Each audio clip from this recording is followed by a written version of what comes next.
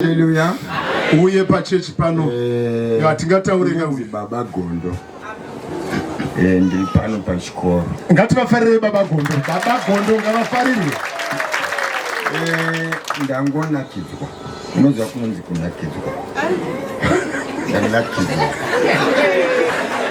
Ndoda kutaurira one thing. Mumarondera mami nerimwe benzi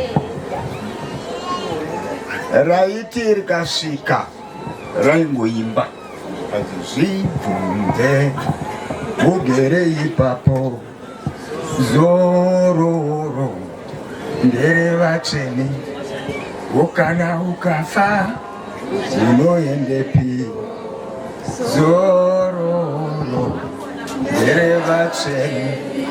Chandafarira pacheche yenyu makasangana sevana vomunhu mumwe chete.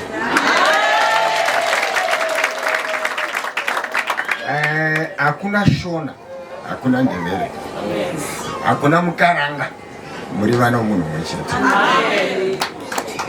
Ndinoimba kuti vanobva kwandiri kwandinobva varimo ndobva muriwo. Ndafara ndichivaona asi ndangoikudza cheche kuti icheche yaMwari. Amen. Amen. Amen. Amen. Ndangoti ndizonamatirwawo Amen. pano. Amen. Asi ndafarira unhu hwenyu.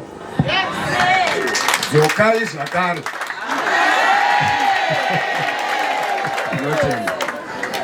Hallelujah. Tinokufarira baba. Muitirwe zvakanaka. Munofanira kunamatirwa pano. Ingadai ndatokunamatirai.